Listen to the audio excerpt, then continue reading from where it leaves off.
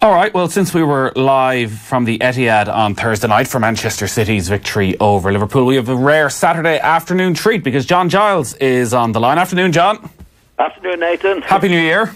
And you and all the listeners. And quite a start to the year in the Premier League as well, with one of the most hotly anticipated games for many a year between City and Liverpool.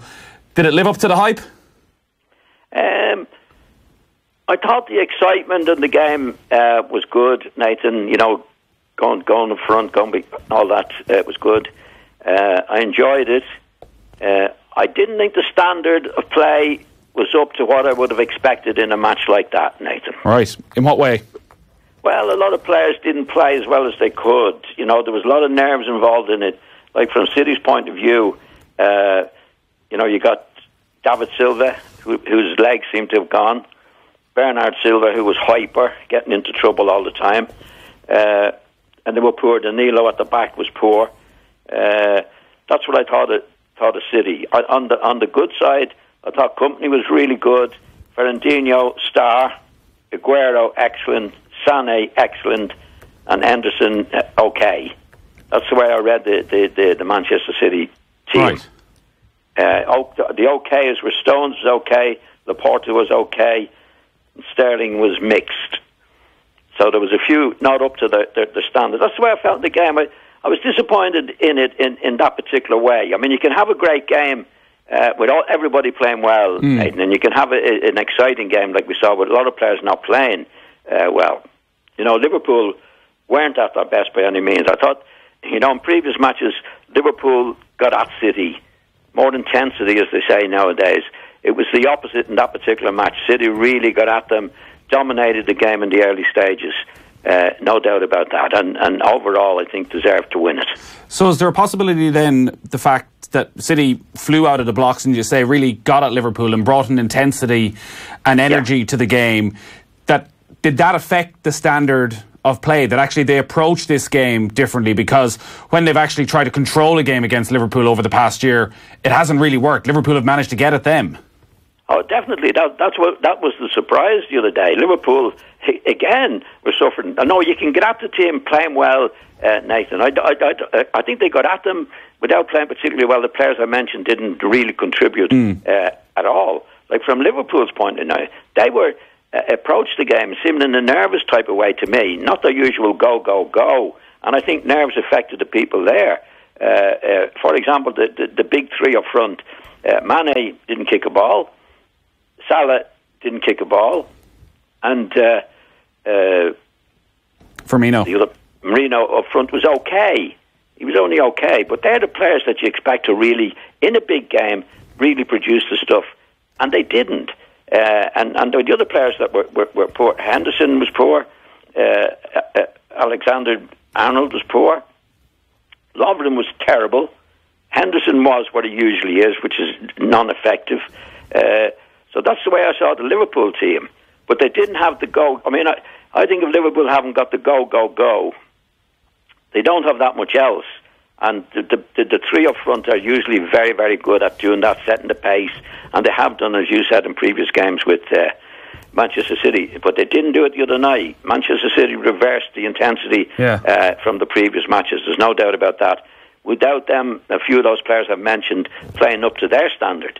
So it was very, very hectic at times with the players. The players that played well for City were really, really good. I mentioned Company, Fernandinho, Aguero with goal. Aguero was really good, and Sané was good. I thought he gave Alexander-Arnold a real chasing in the game when he had a chance to do so. Did you enjoy watching it then? I did. I enjoyed it now because it was such an important game anyway. And it was a close game, you know. It went to 1-1 and a winning goal. So I enjoyed the game, but I was disappointed with the standard of some of the players in the particular game, because all the two teams can play really well and produce an even better game, Nathan, in many ways. But anyway, it was on my personal thing. I enjoyed the game. There was a lot of intensity in it. It was a hugely, hugely important game for both sides. And luckily enough for Manchester City, they came out on top and have kept themselves in the race. I thought they deserved to win it on the night. Well, let's talk about some of those players then individually, particularly on the Manchester City side, and maybe why the game turned out as it was.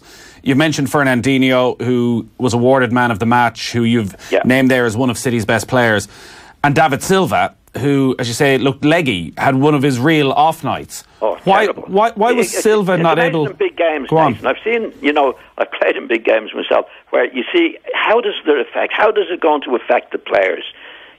And usually nerves, because obviously it's a nervous occasion. And I've seen players do it. Their legs go, they're legless, or they're hyper. They're one or the other. And as I said with Manchester City, David Silva is a terrific player, as we know. He was just legless, Nathan. He was taken off. I think he was subbed in the match. And Bernard Silva could have been sent off for doing stupid. He got booked in the match. I don't think he got a tackle in. He was just hyper, and he was going around pushing people and making stupid fouls. And Danilo's, I don't think he's good enough for Manchester City, to be quite honest. He does his best, but I don't think he's really a top-class player. And by playing... Stones was okay, Laporte was okay, Sterling was mixed. That's the way I read it. But the players who were good for City were really good, Nathan. Company, Fernandinho, Aguero. Go on, sorry, if you've got a mention. Sorry, no, just on Silva there, who, look, I know you rate really highly as a midfielder. Yes. In a game like that, I was trying to figure it out as the game was going on. Like, if he should have been able to find a way, a player of his quality should have been able to find a way to start influencing it, or was he almost sacrificed by Guardiola by going with a different, that sort of go style that you more associate with Liverpool, that City went with, that isn't the type of game that would ever suit David Silva? Well, it's not a type of game. I mean, there might be certain things that would suit him better, but you'd still see him contributing, Nathan. He was sort of legless. I've seen it happen to players before, in big matches. The nerves get to them. And he was actually just, whatever position you play in, there's a bit of life about you, a bit of go in you. And there was nothing in him. And David Silva, like, if you tell David Silva to do certain things on the pitch and he's not really playing as well as he could play, then he can do something else. All the great players do that. But he wasn't able to do anything. Bernard Silva was running around like a headless chicken, to be quite honest. And they're two top players. Yeah. But the first thing I look for in a match like that, in the opening 15, 20 minutes, Nathan, who's affected by the nerves? You can see it. You can see it in their play. And David Silva, in my opinion, he wasn't injured, suffered on this big occasion. And Bernard Silva did as well, and a few City players did as well on the night. And we were only talking about Manchester City. I know we'll come to Liverpool in a few minutes. But that's the way it was. Like, Company was terrific, Fernandinho was terrific, Aguero was terrific, Sane was good, Henderson was okay in goal. They were really... if they can play on the night, why can't all the others play on the night? It does affect players. I've seen it happen so many times in big matches. It's surprising, isn't it, with David Silva, when you look at all he's won with Spain, World Cup, European Championship, like, he's been there, he's 32, he's delivered on the biggest stage, that for some reason it just doesn't happen some nights. It can happen, where on some nights the legs are just not there. And, if he was playing which he did in many big games and was absolutely brilliant. I mean, he's one of my favourite players and most people's favourite players. But you just on the night, nobody can tell how or why, not even the player, But it does happen. There was always noted in my time in cup finals, there'd always be one player on each side just couldn't lift his legs. Yeah. And nobody can tell why. If you ask David Silva, he just said, I don't know. I don't know what happened. But when I got out there, I couldn't do it.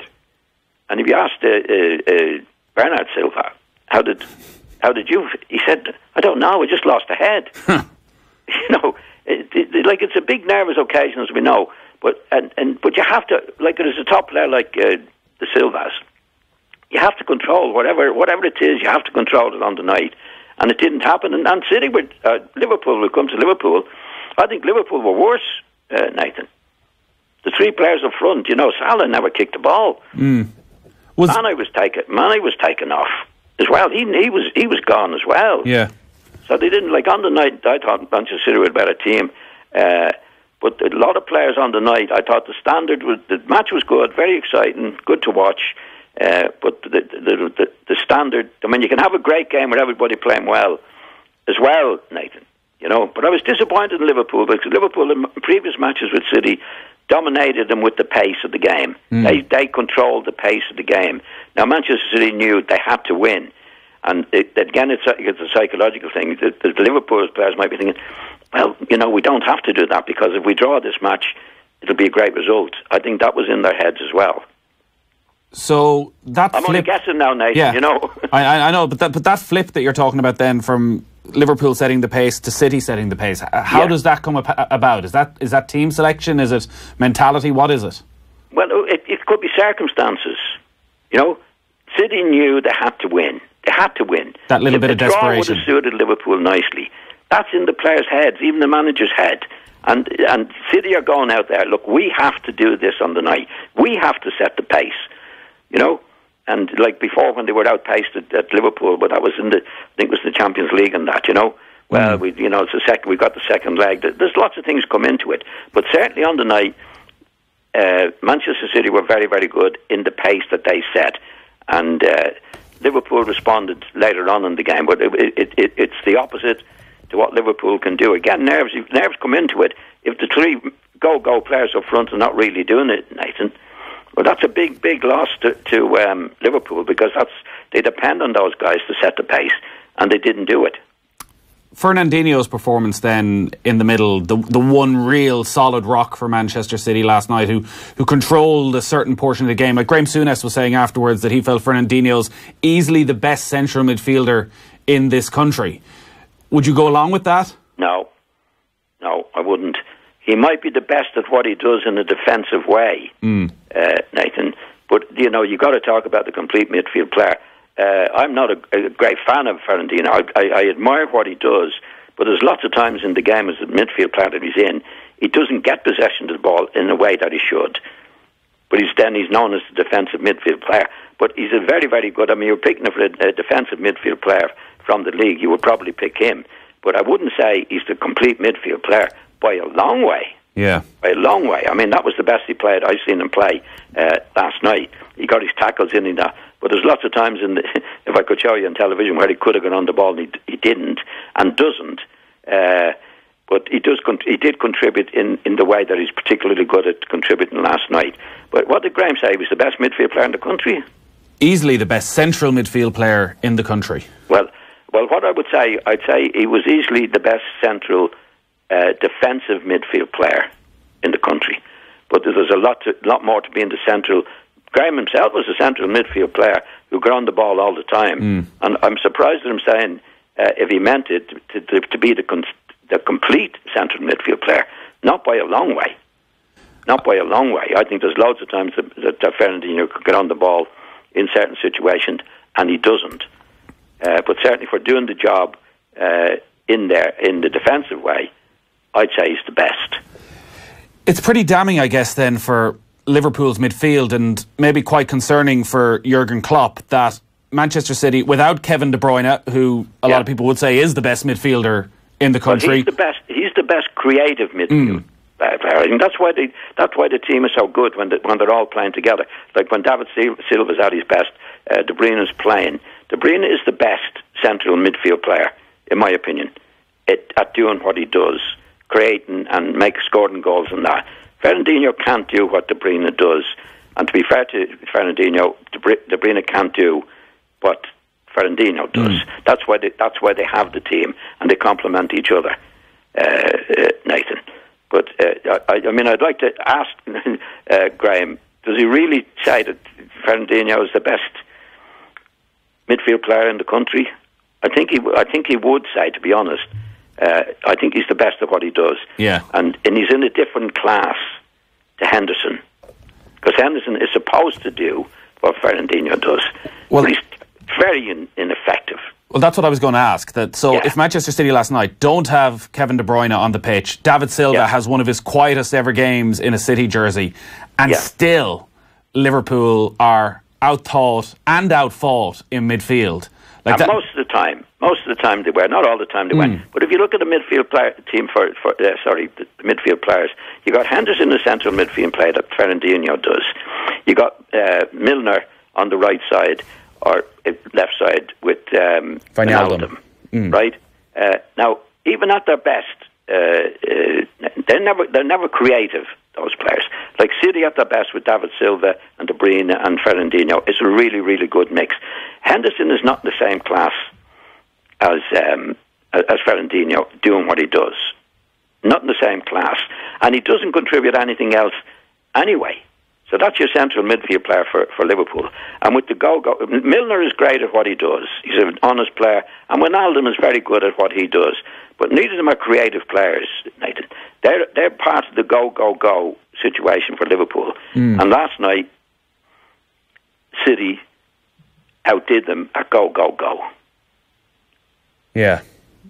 That's the way I would read it. Most weeks, City do them with the three up front and what they did, the pace they set, and those lads in midfield in the way that they do it. But last night it was a different story. City had this intensity that Graham Souness was talking about.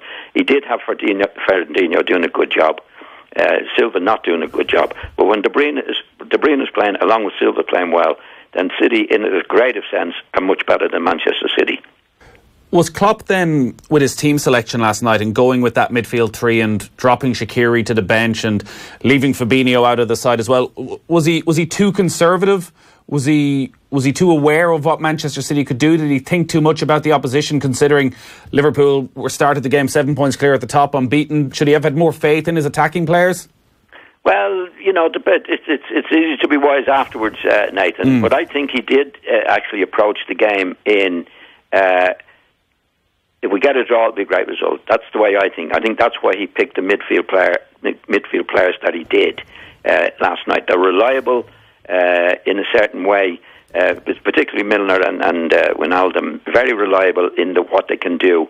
And I think, well, if you put Fabinho in there, he's not as good at doing what Milner can do in a defensive way, Nathan. So yeah. I think he was influenced by the position that they were in before the match started, and I think that definitely did seep through the team themselves, Nathan. That a draw will do us here tonight, because usually they're go. The three lads up front weren't, and the three lads in midfield I thought were outrun most of the time in the game. So I think there was an approach. Now Klopp might have said before, look, I want you to go. But the lads know, we're all human. If you've gone into the match now, like City, we have to win this game. City, Liverpool, in the back of their head, or in their head, a draw here would really do us. That's what makes the game. If you've got a team, it's very, very difficult from Klopp in his position as manager to say to the players, look, get out and do it, because they know a draw is a good result for them. We'll do them. So it's a lot of football is psychological, as you know, Nathan. Any game is. But if you're going into the match like Manchester City in previous matches, there's no doubt that Liverpool outran them. Were more go. They weren't last night. City were up for that. They knew they had to do it. They knew a draw was no good to them, where the draw was good to Liverpool. Dejan Lovren's performance again coming under scrutiny last night ahead of the game. He said on a couple of occasions that there was no reason why Liverpool couldn't go through the entire league campaign unbeaten. It looks a little bit foolish now, obviously, a comment like that. What is Jurgen Klopp? Who said that? Dejan Lovren. Well, look, in the World Cup last, he made himself top player. I remember having seen an article said when they beat Manchester United last year. Do you remember it when United were when they beat Manchester City? When Lovren was playing they beat City. They beat City in the Champions League. And I remember after he took credit for what he did in the half time to the lads. So they gave them a Noor John. He did, Lovren. I mean, if Lovren was as good as he thinks he is, Nathan, he'd be okay. He was terrible last night. Terrible. In what way is he terrible? Well, if you look at the goals, for example. He allowed Aguero. Aguero did well to turn on the goal. Do you remember near the end line? But if you look at that again, you see Lovren was the nearest to him. There's no way that he should have allowed Aguero to turn on that ball. Aguero only had 2 yards between him and the end line to turn around and get the ball in the back of the net, and he couldn't even get a block on. He was nowhere near Aguero when he scored. Now, good luck to Aguero. He did brilliantly in what he did. But if you ever look at it again and see where Lovren is, he's the nearest man to him. And Guerrero's able to get around him and get a shot in without even getting a tackle on him. And if you look at the second goal again, he took up the wrong position to allow the ball to go out to Sané, who did really well then to score on it. He's a disaster, Nathan. Lovren. Yeah. Always has been. And if he continues in the team, they could pay the price. They need this Gomez back. I know he's injured. He's got a bad injury. He's back as quickly as they possibly can. Lovren is not good. So what do you do then for the next month? If it is going to be another month that both Joe Gomez and Joel Matip are out injured, what do you do if you're Jurgen Klopp? Your alternatives are probably teenagers coming in at centre back, which he's not going to want to do. Is there any way? Do you need to have a word with Lovren about making ridiculous comments pre-game? Like, is there something you can do to just keep him ticking over? That doesn't make him a bad player. You know what I mean? That's just a stupid thing to do with the way he actually performs. If it was Van Dijk saying what he did, you could say, well, at least he's doing it and he's able to do it. But if you got Lovren mouthing out of him and then not producing on the pitch, it's a very, very difficult situation, because I don't know if they have any real cover there at Liverpool, to be honest.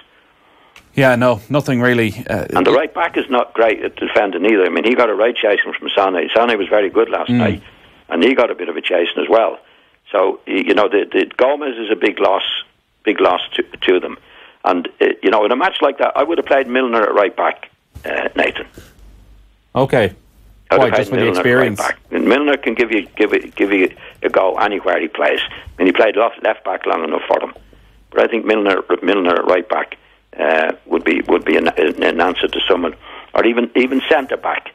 To be honest, I think Milner could play anywhere, right, Nathan, and be better than Lovren. The table then, when you look at it now, Liverpool 4 points clear of Manchester City. There's still 17 games left.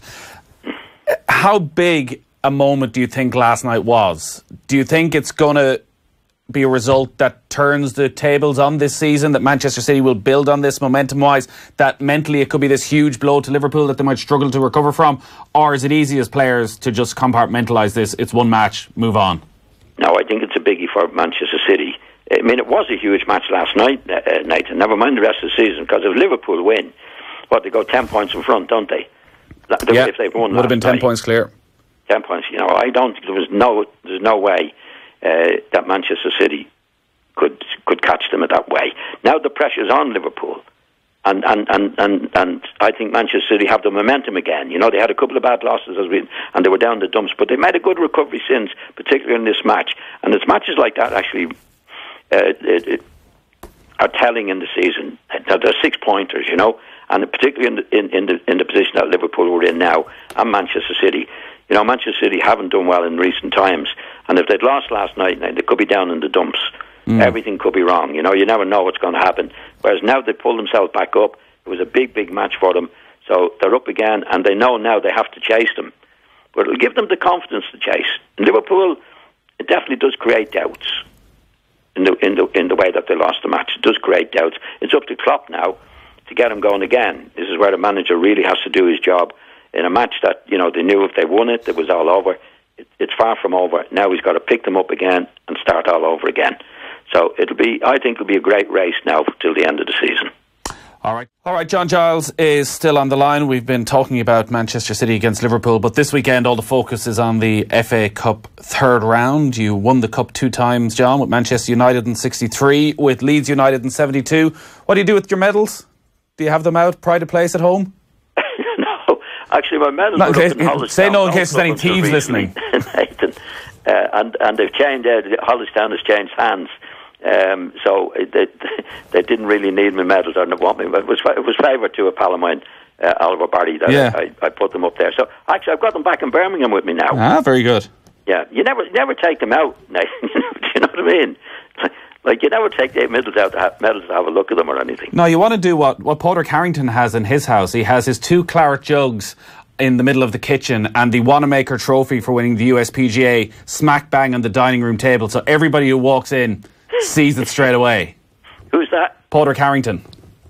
Does he? Does he really? Yeah. You kidding me now? I'm not. No. Oh. They're very impressive, in fairness. You walk into someone's house and you see a claret jug. Same way if you walk into someone's house and you see an FA Cup medal, John. I'm just saying, it's an idea. You could get it up there by the front door. I'll think about it, but not for too long, Nathan. At this time of the year, always we talk about the diminishing stature of the FA Cup compared to what it was 20 years ago, 40 years ago, 50 years ago. Like, when you do look at your medals and your couple of league titles with Leeds United, like, are the FA Cup medals on a par? Oh, yeah.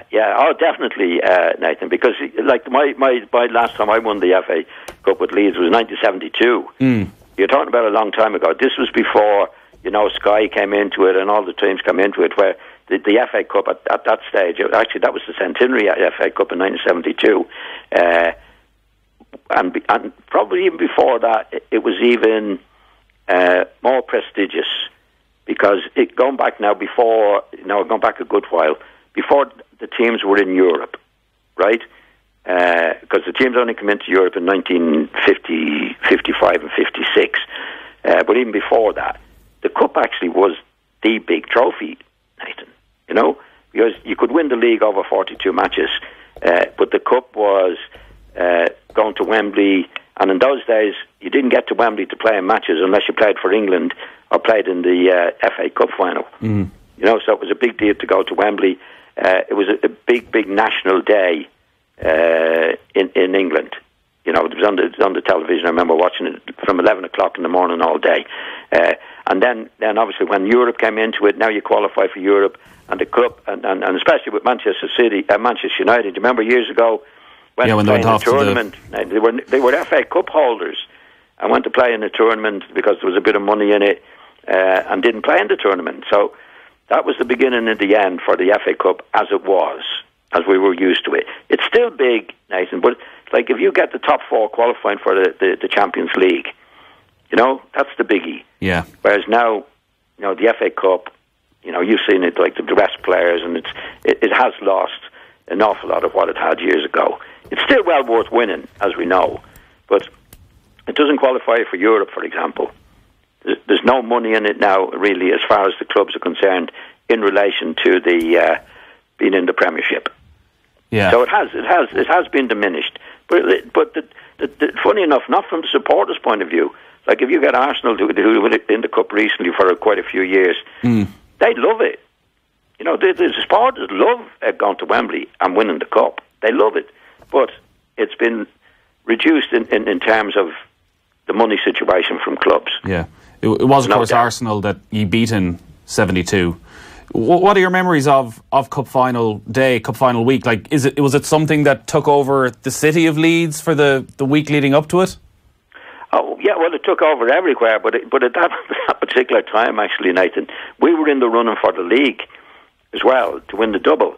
So the week before the final, we played on the Saturday, the Monday, the Saturday, and we needed to draw Wolverhampton to win the double. That was the same year, yeah. That was the same year. So we never actually got a chance to celebrate the Cup properly. Yeah. No, that year. But it was, winning the Cup, I had some disappointments in the Cup. Sunderland beat us the following year. Sunderland was second division team then to beat us in the Cup. I lost more Cup finals than I won. I won a Cup with Manchester United, lost the Cup to Liverpool, Sunderland and Chelsea. So I won 2, lost 3. Yeah. And when you think back, and we were talking earlier about players with nerves and big occasions, like on Cup Final Day, and what was that long walk from the tunnel at the old Wembley with the managers leading you out, and when you're on the walk out on Cup Final Day, like, were you looking around? Do you remember? Were you taking it all in? Were you thinking, yes, this is what it's all about? No, you can't do that, Nathan. You can't. Never bother looking. You can't, because you have to concentrate in the match. Yeah. I mean, it's great for the supporters coming out. It's a day out for them. It's not really a day out for the players, unless you win. But you have to, like as a pro, you have to concentrate on what you're doing. You can't be looking up the stand and waving to the family and all that. You have to really be concentrating on what you're doing. So it's not a fun day unless you win. Yeah, but before the match, you have to concentrate all the time. So it's like the golfers going out and leading the US Open, for example. And the families around there just concentrate. And you just concentrate what you have to do. That's your job on the day. And hopefully if you win, you have a bit of fun afterwards. But not beforehand. Yeah, it's a shame really, because it used to be one of the more exciting weekends of the year. We don't even see as many upsets despite the top teams resting players, because even teams down the Championship are resting players in the FA Cup today, which makes a bit of a mockery of the whole thing. Nathan, there's other things, like the teams in the Championship now want to get promotion. That's where the big money. They know if they get promoted, they get a minimum 150 million. Teams in the Premiership, if they go down, are losing 150. So it's definitely a money situation for the clubs. It used to be the glamour competition. Now, when the teams do get to the final, the supporters love it, but it definitely has diminished in what it was, the FA Cup. There's no doubt about that. John, great stuff as always. We'll talk to you next Thursday. Yeah. Thanks, Nathan.